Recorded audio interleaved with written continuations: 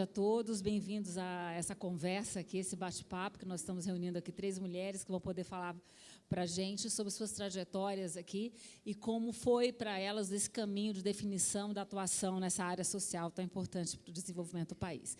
Eu vou começar agora nessa primeira parte aqui, é uma fala mais inspiracional, em que elas vão nos dar um pouco da ideia de como elas atuam. Então, para começar agora essa nossa conversa, a Ana Maria Diniz vai falar um pouco sobre essa sua trajetória. Obrigada, boa tarde. É um prazer estar aqui em ótima companhia da Marina, que eu não conhecia, mas é um prazer, a Neca, e conversar um pouco com vocês sobre a minha trajetória nessa área de filantropia. Eu comecei, acho que muito cedo, assim, desde adolescente, a perceber muitas as diferenças do Brasil, na rua, nas viagens, e essa história de por que alguns têm tanto e outros têm tão pouco, o que a gente pode fazer para isso. E eu me lembro que eu sempre discutia isso muito com meu pai em casa, o que a gente podia fazer, e meu pai falou, a gente pode se envolver de alguma forma, se envolver na economia, gerar emprego, a gente pode, de alguma forma, participar disso. E aí, continuando conversando e observando, cheguei à conclusão que educação era a coisa que mais poderia aproximar esse gap social enorme que a gente tinha no Brasil. E criei um desejo dentro de mim, desde muito moça, assim, de um dia que queria fazer uma coisa social importante, que tivesse impacto e que eu, como pessoa, pudesse me sentir realizada por estar fazendo alguma coisa nessa área. E isso aí ficou um sonho meio assim, no ar, dentro de mim só, sem realizar durante muito tempo. E quando eu trabalhei no Pão de Açúcar pela segunda vez, porque eu tive dois momentos na empresa da minha família. No começo, quando eu tinha 18 anos, 17 anos, eu entrei e fiquei até os 24 anos. Depois eu saí, tive algumas experiências fora da empresa familiar e voltei para a empresa familiar em 91, quando o Pão de Açúcar estava na maior crise, enfim, não só econômica, financeira, como também societária. E voltei para lá para ajudar meu pai, nem sabia que ia ficar tanto tempo lá, e acabei ficando mais 11 anos. E no Pão de Açúcar, nessa segunda fase, eu pude começar a realizar o meu sonho nessa área social.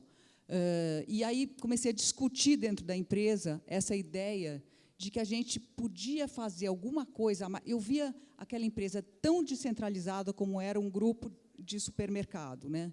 No Brasil inteiro, com uma penetração enorme, canal de distribuição gigantesco, né? Então, a possibilidade de fazer alguma coisa a mais do que simplesmente trabalhar para o resultado econômico. Claro que trabalhar de uma forma ética, trabalhar pensando em responsabilidade social já é um diferencial. Mas eu queria fazer alguma coisa mais direta. E aí comecei a discutir a ideia, o que nós podemos fazer. E vendi a ideia, quer dizer, propus a ideia, e depois teve uma super aderência, da gente fazer alguma coisa na área de educação, começando pelos filhos dos nossos funcionários. Então, nós começamos a fazer educação complementar, perto dos nossos grandes centros, onde a gente tinha loja, oferecendo complemento à escola no contraturno para os filhos dos nossos funcionários. E foi ali que eu comecei um grande aprendizado sobre educação, sobre como funcionava a educação pública, sobre o que a gente poderia oferecer de contraturno que mais fizesse a diferença na vida das crianças. Então, daí acabamos escolhendo a questão do fortalecimento e alfabetização, fortalecimento em matemática, raciocínio lógico e esportes e música, que era alguma coisa que tinha muito a ver com a minha família, principalmente a área de esportes. E desenhamos esse projeto para os filhos dos funcionários, mas rapidamente a gente entendeu que a gente tinha que abrir a gente chamava as casas Pão de Açúcar, para a comunidade em torno também, que não era legal ficar fazendo só para os filhos dos funcionários. Então, a gente tinha casa em Santos, a gente tinha casa em Campinas, tinha aqui em São Paulo 2. A gente começou a abrir as portas para a comunidade em torno, e aí as crianças daquela comunidade participavam também desses programas. E aí que houve um enorme enriquecimento do programa, porque a gente começou a ouvir essa comunidade, as demandas dessas comunidades, e começamos realmente a interagir muito mais e preparar essas crianças de um jeito diferenciado. E daí, no final, esse projeto, a gente acabou enveredando para uma parte de música muito forte, além da formação em contraturno de matemática e português. Criamos 4 orquestras com vários instrumentos. A gente importou uma metodologia para fazer com que as crianças aprendessem os instrumentos todos de uma orquestra ao mesmo tempo. Então, eles aprendiam violino, baixo, contrabaixo, tudo ao mesmo tempo. Era uma metodologia suíça de um casal que fazia isso aqui no Brasil. E, enfim, a gente acabou criando essas orquestras, e depois muitos desses filhos nossos funcionários, viraram músicos e seguiram carreira. Foi super legal. Esse projeto no Pão de Açúcar durou 10 anos, de 97 até 2007, e quando nós, aos poucos, fomos saindo da empresa, primeiro deixando as nossas funções executivas e depois ficando simplesmente no conselho, o projeto foi enveredando para uma coisa bastante diferente. Hoje ele ainda existe, o Instituto Pão de Açúcar, mas ele é muito mais voltado para desenvolver, é quase um braço do RH, porque é para desenvolver funções profissionalizantes que têm a ver com varejo. Então, mudou completamente a concepção, mas também é válido, eu acho que cada um faz a sua escolha.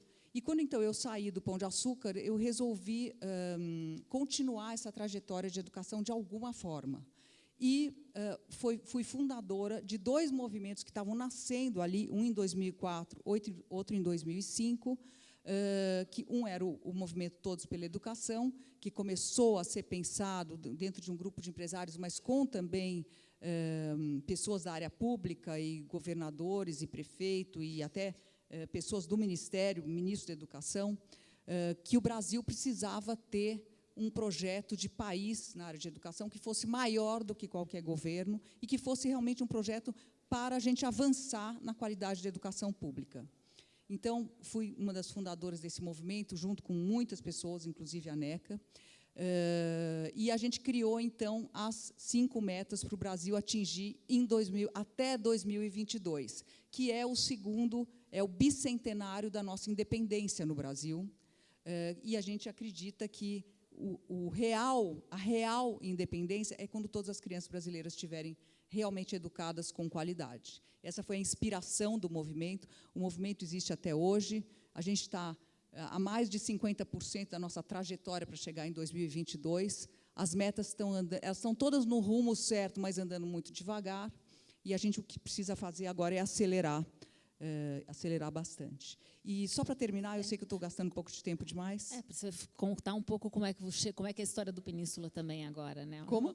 A história do Península. Claro, vou chegar lá. Então, em todas essas participações, outro movimento que eu fui fundadora é o Parceiros da Educação, que é uma ONG aqui em São Paulo, onde empresários podem adotar escolas públicas, e aí a gente faz um trabalho com a Secretaria de Educação aqui em São Paulo. Em todo esse meu envolvimento com a educação, nesses projetos todos, existia um elemento comum, que é a necessidade de ter um professor bem formado e bem preparado para que realmente a gente tivesse educação de qualidade nas salas de aula. Porque eu falo, educação acontece na relação entre o professor e o aluno. E aí, em 2010, discutindo com a família, nós resolvemos juntos criar o Instituto Península, depois de ter saído do Pão de Açúcar. Criamos, então, um instituto novo, familiar, para continuar atuando na área de educação, só que a educação é uma causa muito ampla. A gente pode atuar de diversos ângulos. E a gente escolheu, então, fazer formação de formadores, virando mantenedores de uma faculdade de pedagogia, que é o Instituto Singularidades.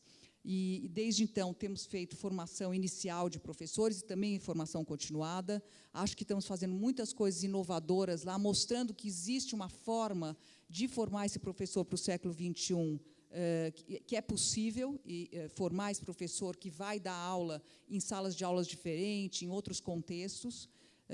Acredito que a gente está aprendendo muito com isso. E, depois disso, a gente ganhou de presente também um outro projeto dentro do Instituto Península, que é o NAR, que é um projeto de esportes, que, como eu falei, tem muito a ver com a minha família. E hoje, mesmo na área de esportes, a gente está fazendo uma formação de professores de educação física nas escolas públicas, para que eles, através dos valores do esporte, ajudem a desenvolver as crianças, trabalhando as habilidades do século XXI aí, através do esporte. Então, é isso que o Instituto Península faz, tem vários programas, poderia ficar aqui falando muito tempo, mas a gente conseguiu conciliar essas duas coisas, o esporte e a educação, através da figura central do professor. Obrigada, Maria. Daqui a pouco a gente volta para falar de outras questões também, mas perfeito. Agora a gente queria ouvir um pouco da Neca, contando um pouco como foi essa trajetória para a criação da Fundação Tídio Setúbal, o seu trabalho também à frente do CPEC. Obrigada. Bom, boa tarde a todos, a todas. Obrigada pelo convite do IDES. Paula está aqui, muito bom. Está com tanta gente conhecida. Bom, a gente vai ficando mais velha, a história é longa, então eu vou tentar diminuir, né?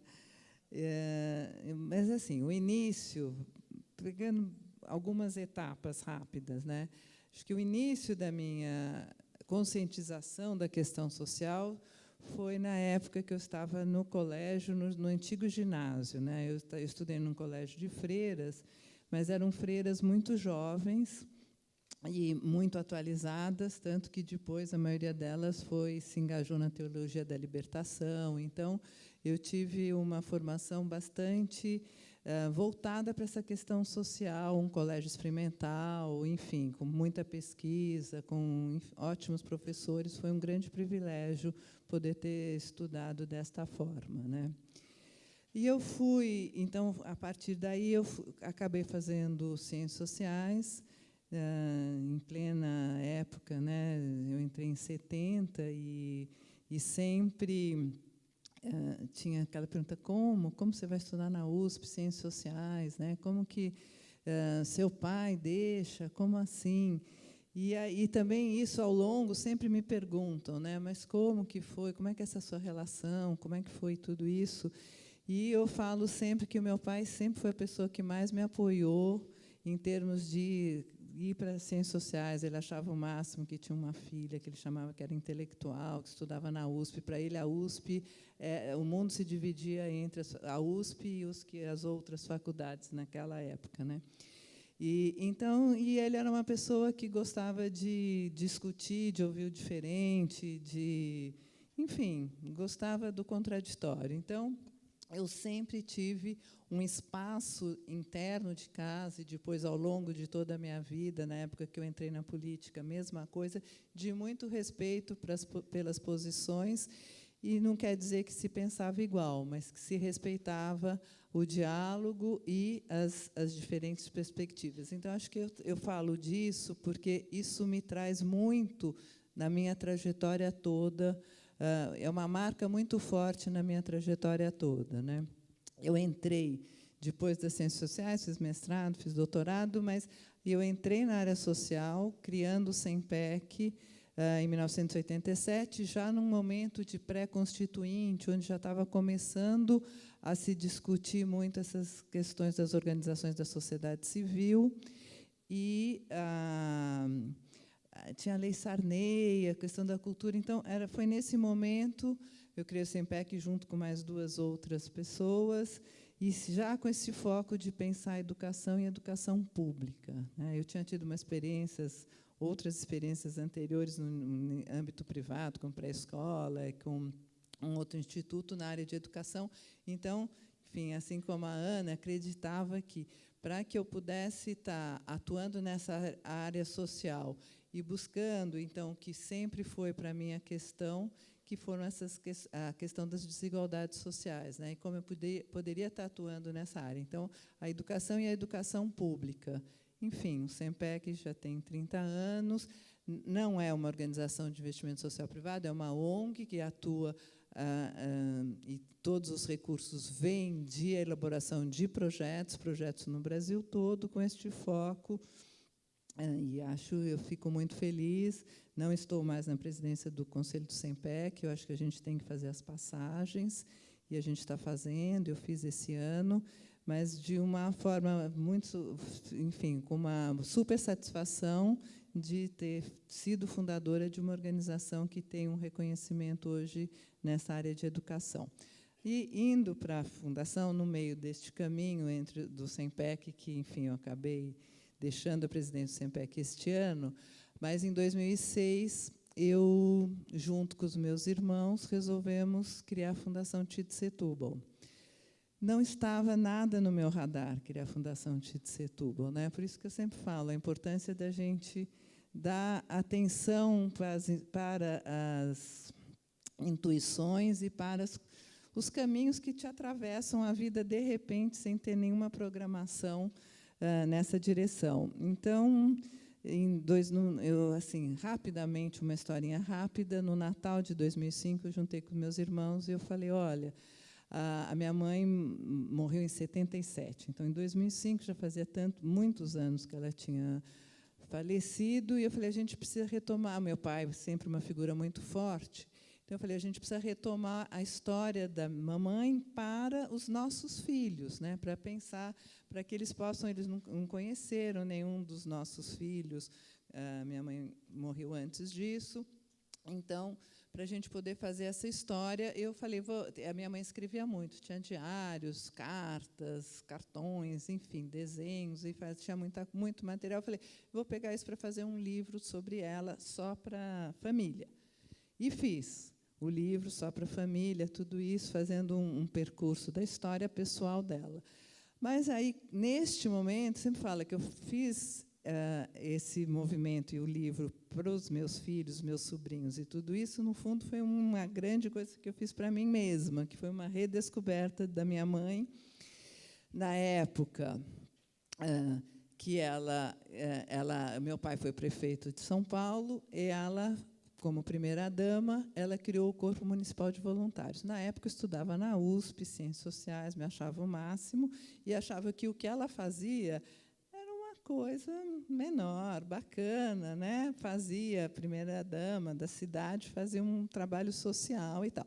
Quando eu fiz este mergulho nas coisas dela, e que veio toda essa história, que eu acompanhava, mas muito de longe, e eu vi as falas, os discursos que ela fez, a forma como ela atuava, a concepção de trabalho social que ela tinha, do envolvimento da comunidade, do desenvolvimento como central nas questões sociais, as parcerias que ela fez com as secretarias de educação, de saúde, de assistência social. Eu falei, nossa, realmente, eu não tinha visto nada disso, né?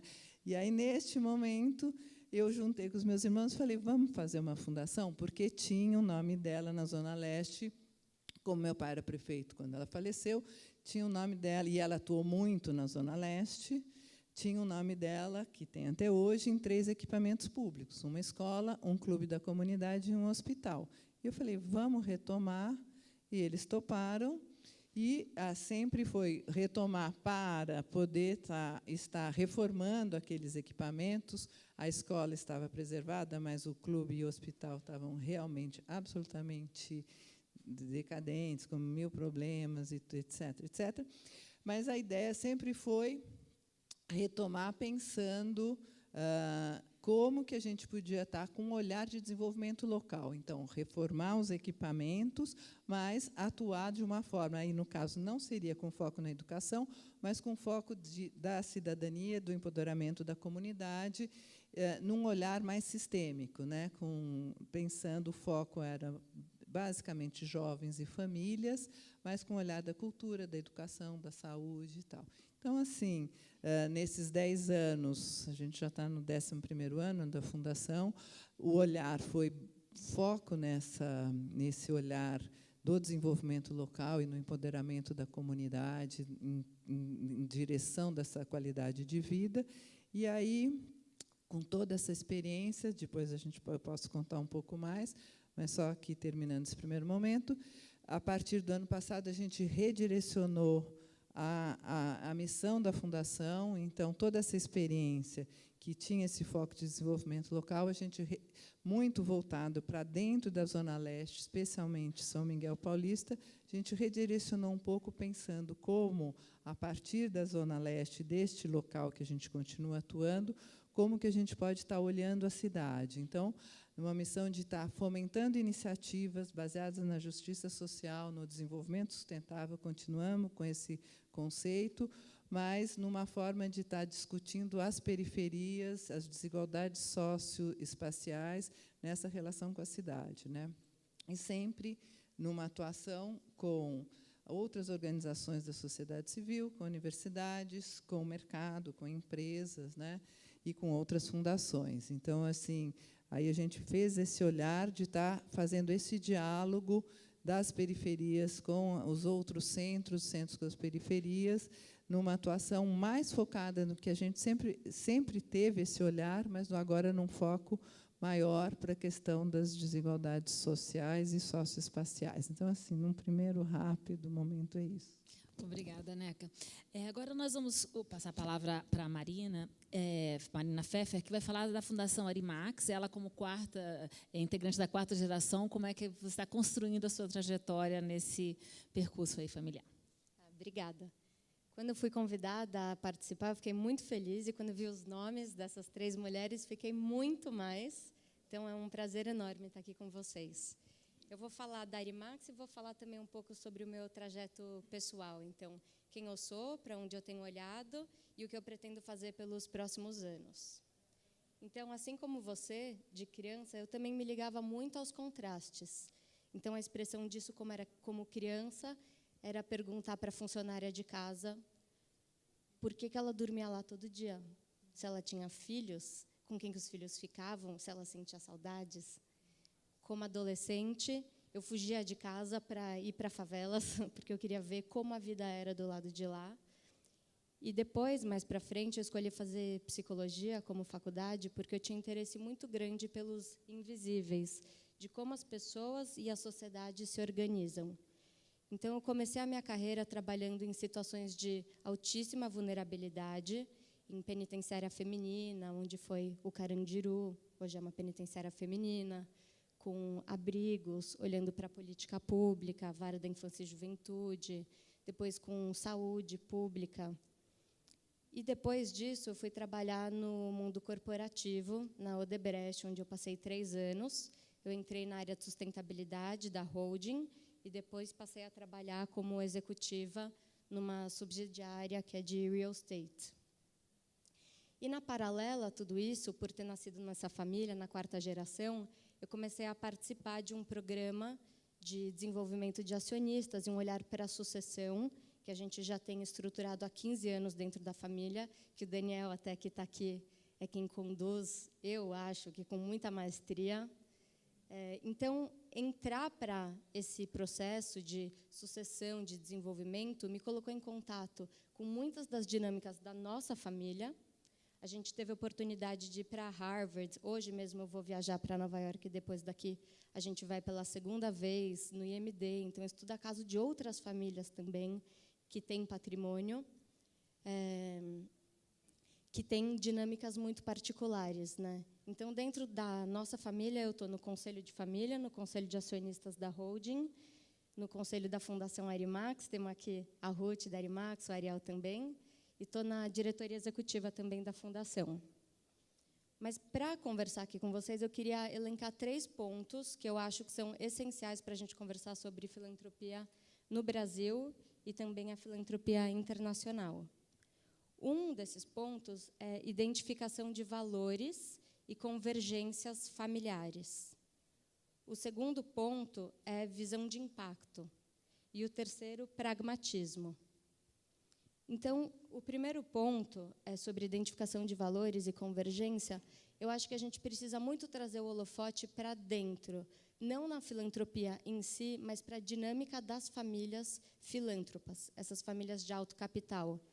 Os fundadores que começam, muitas vezes eles vêm com ímpeto realizador muito forte, com um compromisso social também muito forte, e as gerações que sucedem, muitas vezes, mesmo que tenham conquistado grande sucesso profissional ou pessoal, muitas vezes não têm o gosto do sucesso da primeira geração.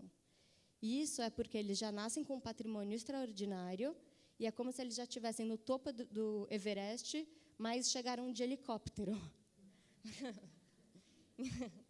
Então, isso traz um conflito muito grande. Tem várias particularidades das famílias de alto capital, mas eu queria também pensar um outro ponto que é sobre a liderança. As famílias crescem muito mais rápido do que as empresas, então não tem lugar para tanta liderança assim. Então, isso acaba acarretando tensões da dinâmica que elas são impossíveis de divorciar da filantropia no campo. Então, o que eu queria ressaltar com tudo isso é que eu acho que, antes da gente entrar para qualquer constituição de estratégia de impacto, tanto na filantropia como nos negócios, eu acho crucial, essencial, um mergulho na família para olhar para como essas dinâmicas operam, porque elas não são divorciáveis da prática. Por isso, eu comecei agora uma empresa com um sócio, que é brasileiro, mas está em Nova York. Então, somos nós dois, a gente é uma multinacional de dois. Para justamente navegar com essas famílias, essas dinâmicas, né, esses quesitos. O output desse primeiro trabalho é um entendimento muito profundo da família do que é essencial para ela e um senso de pertencimento também forte. Isso leva a gente para o segundo ponto, que é a teoria de impacto. Depois de entender o que é importante para a família, chega a hora de falar sobre o que se quer fazer, né? O que se quer mudar no mundo. E essa é uma tarefa tão difícil, que traz tantas questões difíceis, que, da minha leitura, eu percebo que muitas famílias não se dão o tempo para desenhar e planejar de verdade as suas estratégias, passando pelas perguntas de quanto recurso se tem disponível, qual recurso humano que se tem disponível, que tipo de expertise tem dentro da família ou a serviço da família. Ela quer perpetuar o recurso dela, como a conversa de endowments que a gente teve agora há pouco, ou não quer fazer isso? Quais são os temas que brilham os olhos da família? Se esse tema está negligenciado, se a família quer ter altíssimo impacto, ou se para ela isso não é tão essencial assim. E como que a família enxerga os desafios globais também. Depois que ela responde isso, a gente entra numa terceira etapa, que é sobre pragmatismo, que talvez seja, das três, a mais fácil. Só que, como é muito novo, um olhar de pragmatismo para a filantropia ainda não está muito disseminado, é mais recente. Então, como a gente consegue planejar as nossas ações usando evidências, dados, estudos que olhem para trás, para o que já foi feito, para o presente e para frente. Então, olhar para como a gente usa cada dólar ou cada real da forma mais efetiva possível, né? Sou uma grande fã de intuição, como você falou, Neca, mas eu acho que, nesses casos que a gente está usando capital para solucionar problemas sociais, eu sei que você também pensa assim, eu acho que a gente tem que ser bem pragmático, usar a intuição para levar a gente para bons dados e a gente conseguir planejar os trabalhos.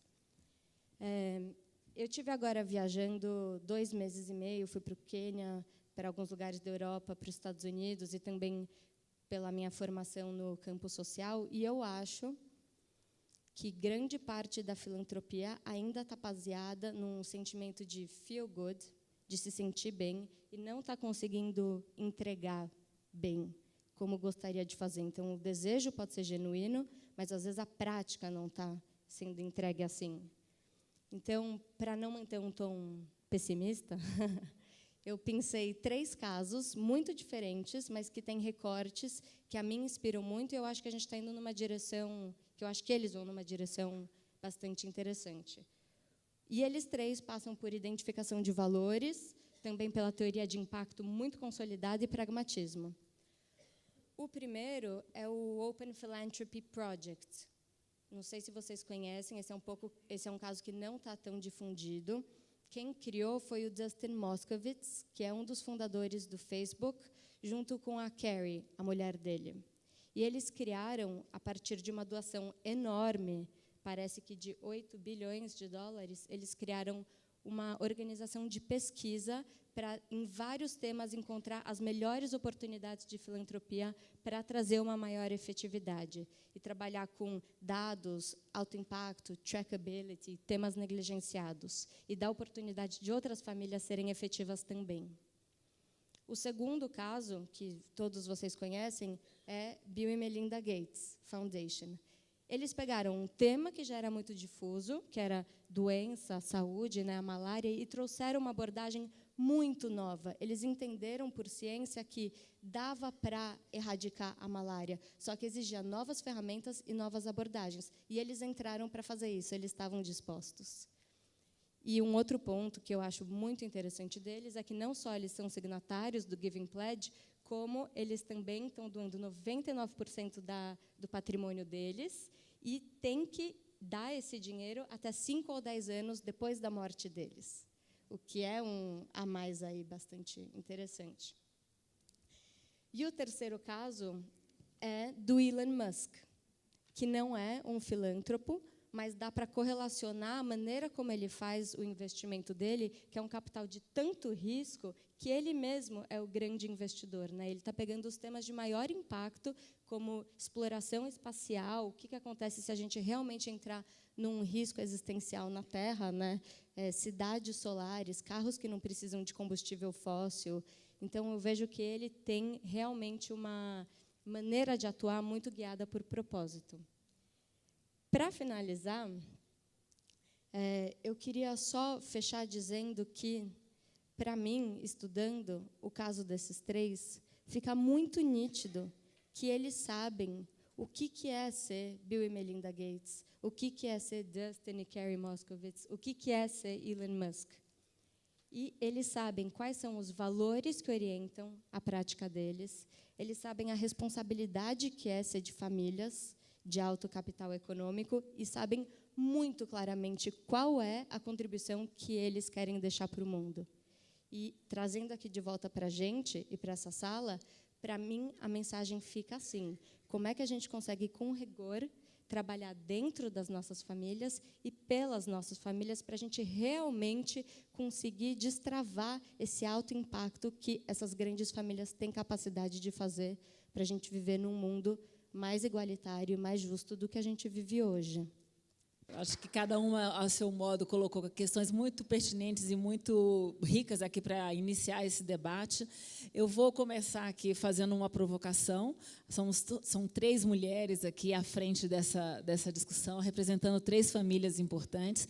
Eu queria saber a questão, a acessibilidade feminina é super importante, mas como é até para trazer os homens para essa discussão e como vocês trabalham essa questão dentro das famílias, essa coisa da convergência que você falou aqui, como é que vocês lidam com isso dentro das respectivas famílias?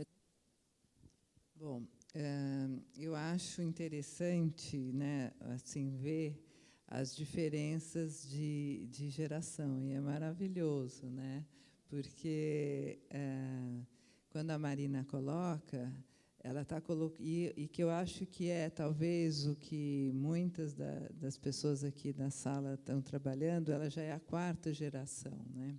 Então é a quarta geração que já teve uma geração anterior que criou outras institutos, fundações, enfim, e que agora provavelmente está discutindo com vários primos, enfim, toda a família, o que é muito diferente do meu caso, né? Então, quando vou ir na sua pergunta, porque eu acho que a família, minha família também são várias famílias. Então, quando eu falo a minha família, sou eu com os meus filhos, né? Então eu só que a família Setúbal são vários núcleos. Então, que é um pouco o que eu entendo que você está discutindo, com vários núcleos da família. Então, também tenho uma discussão que vai nos vários núcleos, de cada núcleo, né, nós somos 7 filhos, então são vários, com vários sobrinhos meus e tudo isso, que é um nível de discussão,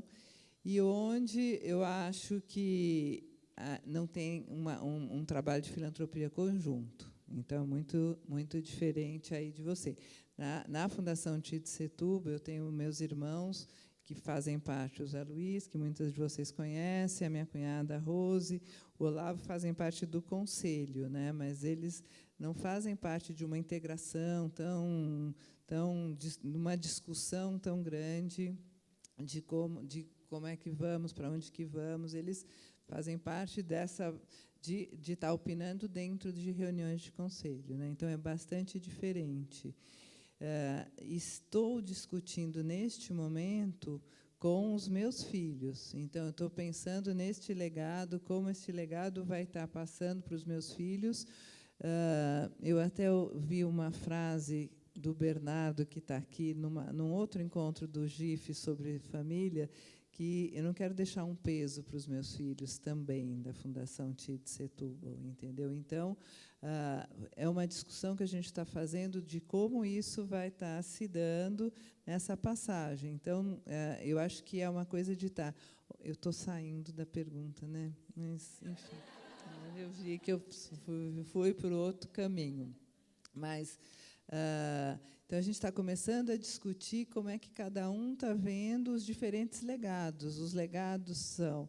É um legado filantrópico, é um legado de valores, é um legado de patrimônio financeiro, são vários legados, um legado de atitude, então, são vários legados, e a gente está nessa discussão, que está sendo muito bacana. E ouvindo, né, como é que cada um vai querer levar ou não este legado, e como que isso vai ser colocado. Porque eu acho que, um pouco o que a Marina falou, e aí, no caso da Fundação, eu sou a primeira geração, né? Então, eu é que criei, meus irmãos deram aval àquela coisa que eu falei antes, toda um respeito muito grande, uma preocupação muito grande de que está apoiando, e se a NECA está querendo fazer desse jeito bacana, quem está mais próximo faz parte do conselho, e vamos tocando, e apoiam, e, enfim, contribuem. Mas não é... E agora, neste momento, eu estou fazendo essa passagem, não estou fazendo, estou começando a discutir com os meus filhos, e como cada um está vendo, e pode não ser exatamente como eu estou vendo, né? Então, de ouvir e não querer fazer uma imposição, porque eu nunca fui educada de ter uma imposição que eu tinha que estar tal carreira, que eu tinha que pensar desse jeito. Então, eu estou tendo super cuidado de querer ouvir, querer saber como é que eles vão estar lidando. Então, aí eu acho que a Marina tem toda a razão, né? Como que você vai fazer essa discussão, como essa discussão de valores, como é que isso tem que fazer sentido para internamente. E, por outro lado, se eu não estiver impactando num país como o Brasil, que tem essas desigualdades sociais tão grandes, desigualdades educacionais, onde a gente tem problemas tão graves em diferentes níveis, em diferentes partes do país, com desigualdades regionais, desigualdades sociais, desigualdades raciais, desigualdades de gênero, e eu já vou finalizando, tentar responder a sua questão. Este olhar de que tem que fazer sentido e dos valores tem que estar dialogando com que é a sociedade onde a gente vive, né? Então, acho que nós somos uma família onde todo o trabalho, o investimento é no país, né? Nós todos moramos aqui, nossa residência é aqui, nossa residência fiscal é no Brasil, a família toda, e todos os investimentos estão colocados aqui. E é desse país que a gente teve tantas oportunidades, e é nesse país que a gente tem que estar devolvendo e entendendo e olhando e sabendo ler o contexto. E aí eu acho que eu vim de uma família absolutamente masculina. São 6 irmãos homens, né, com uma figura do pai muito forte.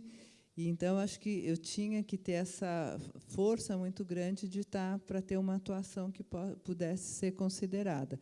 Eu acho que é uma realidade muito diferente do nível dos meus filhos, dos meus sobrinhos, da idade da Marina. Então, acho que aí as mulheres, tem muitas mulheres que são muito fortes, muitas mulheres que estão se destacando no nível dos vários núcleos, se eu pego a família inteira como um todo, e tem um respeito muito grande para que as mulheres possam estar atuando, né? Não necessariamente só as mulheres na área social, não necessariamente, no caso da minha geração, eu e meu irmão José Luiz, né? Então, eu acho que tem esse respeito e essa integração das mulheres dentro das diferentes áreas.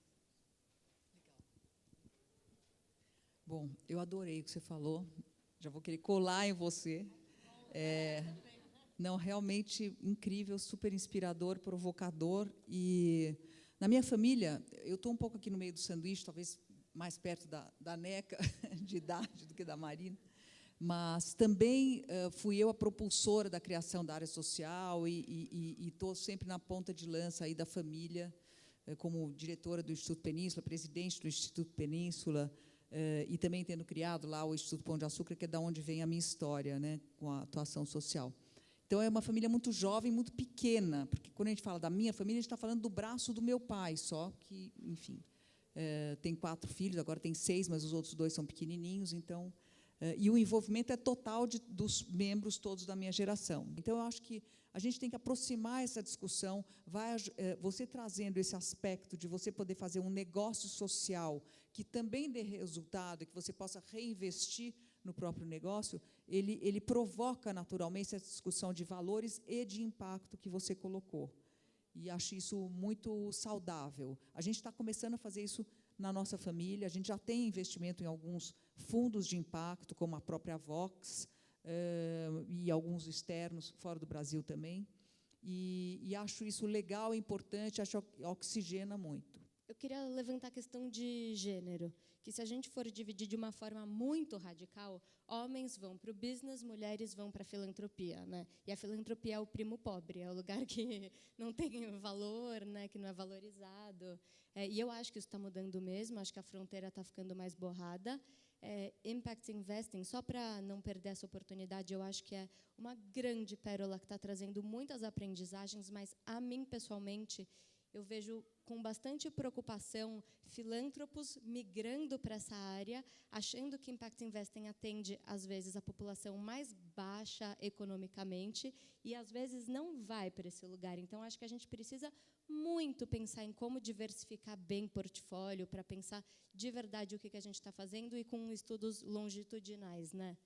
Mas, olhando para o feminino, tem, talvez, a qualidade do feminino, que eu acho que é muito importante. Então, não sei se o meu tio vai ficar bravo com o que eu vou falar, mas eu acho que ele tem uma competência muito forte de trazer a qualidade do feminino, de criar espaço seguro para diálogos essenciais e cruciais, e conseguir dar tempo da visão maturar, do estudo acontecer. Então, acho que tem o lugar da mulher, que pode estar no business, o homem na filantropia, e também a função do feminino, que tem que estar em todas as partes.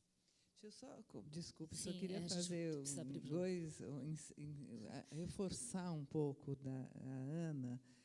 Talvez muito tarde eu tenha chegado a essa conclusão que você está falando, e eu acho super importante. O que não invalida de jeito nenhum que tenha que ter a filantropia, que tenha que continuar as fundações, institutos.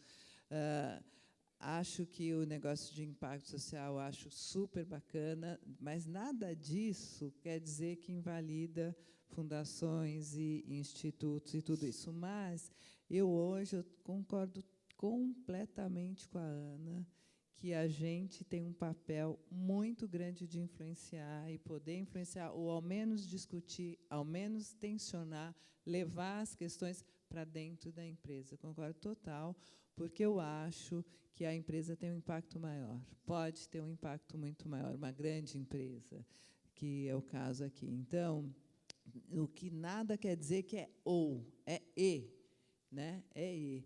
E aí eu acho que esse é um papel fundamental, porque se a empresa vira a chave, o impacto é gigante. É o impacto. É outro impacto, é gigante. Eu acho que o investimento social em filantropia ele tem naturalmente 2 componentes. Ele tem um componente de querer fechar os gaps sociais e ajudar as comunidades a se desenvolverem, seja em que frente for, mas tem um componente também de realização, da pessoa sentir que ela está fazendo. E acho que é mais fácil sentir que você está fazendo quando você faz alguma coisa que é da sua família, né? Então, por isso, a grande dificuldade da gente ter outros Warren Buffetts aqui no Brasil, que doam 100% do seu lado filantrópico para a Fundação Bill e Melinda Gates, porque ele se considera inábil ou não tão bom quanto o Bill e Melinda Gates para realizar o investimento social. Eu acho que é raro quem tenha esse desprendimento. Talvez fosse melhor. Talvez fosse melhor a gente fortalecer quem já está fazendo um bom trabalho. Mas como a gente pode mitigar isso, na minha opinião, é fazendo com que a gente tenha fóruns como esse, que a gente tenha mais troca, que a gente trabalhe em conjunto. Existem vários exemplos de trabalhos conjuntos, eu participo de alguns, mas não quero monopolizar aqui o microfone. Mas eu acho que trabalhar junto dá para fazer melhor do que a gente está fazendo hoje. E, de novo, não é ou, né, tudo que a Ana falou, mas é e. Então, eu acho, na minha opinião, é papel do investimento social privado, seja ele familiar ou empresarial, apoiar as pequenas organizações da sociedade civil. Eu acho que é parte do papel, sim. E eu tenho sempre, enfim, discutido isso, tanto na Fundação Tite Setúbal como no GIF. Então, né? E porque eu acho que é parte do papel. A gente não pode concentrar a sociedade civil nas grandes fundações, institutos, que isso é uma perda absoluta. E quando você falou, quer dizer, principalmente numa época de crise, uma época que todo o recurso internacional deixou de estar voltado para o Brasil e vai para outros lugares, é papel, sim, do investimento social privado também estar fazendo a sua missão própria, com recursos seus, enfim, uma equipe sua, mas também podendo estar descentralizando e apoiando organizações da sociedade civil, para que a gente tenha uma sociedade civil mais rica, mais forte.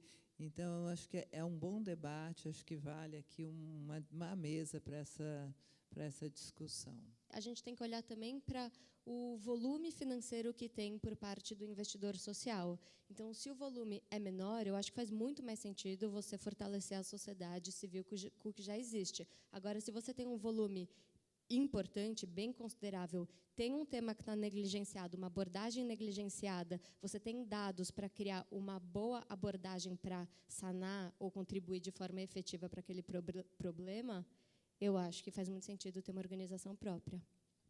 A gente já está chegando aqui ao final do fórum, infelizmente, porque acho que a gente teria várias questões aqui. E acho que vou passar uma rodada final aqui para que vocês façam apontem para o futuro, né? Falam o que vocês pretendem, que perspectivas vocês veem na atuação de vocês e das suas famílias. Uma fala mais rápida de encerramento aqui, porque infelizmente a gente não tem mais tanto tempo. Para mim, acho que faz muito sentido, voltando à fala que eu estava fazendo, encontrar um equilíbrio entre o pulso da intuição, do coração, e também a gente conseguir fazer o que é menos feito hoje, de se apoiar em dados, em efetividade, em pragmatismo, para conseguir realmente definir qual é a nossa visão de valores, impacto, e declarar isso oficialmente. Obrigada. Eu acho que a gente tem uma responsabilidade de, quem tem já um instituto, quem já tem uma atuação importante nessa área, ser um modelo, assim, tentar inspirar outros, no pequenininho e no grande, não precisa ser só em fóruns como esse aqui, quer dizer, falar sobre isso, inspirar outros, falar a satisfação que isso traz, o impacto que a gente está trazendo, discutir problemas, assim, ser um elo propulsor de outras iniciativas como essas. Eu acho que isso é talvez o nosso principal papel, fazer conexões. Acho que fazer conexões é outra coisa muito importante, em todas as áreas, mas nessa área talvez mais ainda, né? E ser alguém que difunde essa ideia, inspira e tenta realmente engrandecer, não que seja só uma coisa das mulheres, né? Para que não seja só uma brincadeirinha de mulher. Eu acho que, aliás, só um comentário sobre isso, eu acho que as mulheres estão muito nessa posição porque elas são mais empáticas aos problemas sociais, então isso é uma coisa natural, eu acho, das mulheres. Alguns homens têm isso, sem dúvida também, mas é mais natural do feminino, e porque elas têm habilidades também que são muito necessárias nesse campo social. Menos por preconceito. Bom, eu vou trazer, acho que, um outro elemento, além de concordar com tudo que a Marina e a Ana falaram agora, né? Eu acho que a gente, no momento que está com tanta pouca luz no túnel, né, no fim do túnel, e com tantos problemas que a gente está vivendo, acho que tem...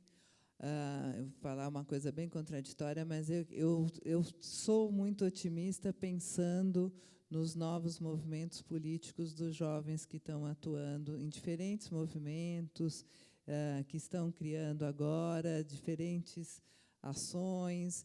Então, eu sou muito otimista e eu linko isso com... Por que eu estou falando isso? Tudo bem, eu participei politicamente num momento da minha vida e foi maravilhoso, foi uma experiência incrível. e me fez ter um olhar, foi uma aceleração de aprendizagem, assim, em pouco tempo, outro olhar para a questão do social. E eu sempre defendi, muito antes de eu ter uma atuação política, a participação política não partidária, superpartidária da Fundação Tio de Setúbal. Então, e o fato de ser uma fundação familiar, que não está envolvido diretamente com uma empresa que tem a imagem, todas as consequências, eu acho que existe uma possibilidade maior, um campo maior de uma atuação onde você enfrente as questões de participação política. Participação política, eu estou querendo dizer, você, no caso, porque a gente atua num território, você está discutindo com a comunidade, ouvindo, e quais são as necessidades, o que eles estão buscando, e atuar junto com isso, né? Então, não tem nenhuma partidarização aí, porque, obviamente, não seria, né? Mas não ter medo desse enfrentamento da participação política. Isso, desde o dia 1 da Fundação, isso sempre foi muito claro, e isso nunca se confundiu com um partido, e a gente atua e conversa com todos. Então, eu linko tudo isso para dizer que eu acho que a gente está num momento que a gente, todos, nós temos obrigação de ter uma participação política, né? E participação política não partidária, mas eu acho que, se a gente fala tanto dos políticos, que é tudo ruim, isso revela o que somos a nossa sociedade. Então, se a gente quer algo diferente, a gente tem que começar a fazer. E os institutos, as fundações, as pequenas organizações são espaços políticos.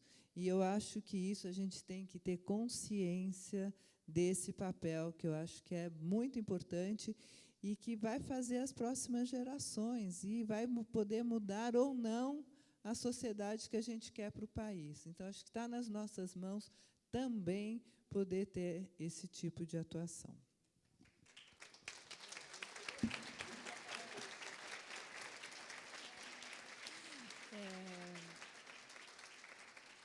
Eu quero agradecer esse trio aqui. Acho que eu não preciso concluir mais depois do que vocês todas disseram. Acho que a gente teve aqui uma conversa muito inspiradora, com 3 exemplos, né, de famílias que são um dínamo na economia desse país e que mostram que os sobrenomes de vocês também podem fazer diferença na área social, para que a gente tenha um país menos desigual, que é o que todos nós sonhamos. Eu acho que é esse o sentido de estarmos todos aqui. Então, uma boa tarde para todos e obrigada pela presença.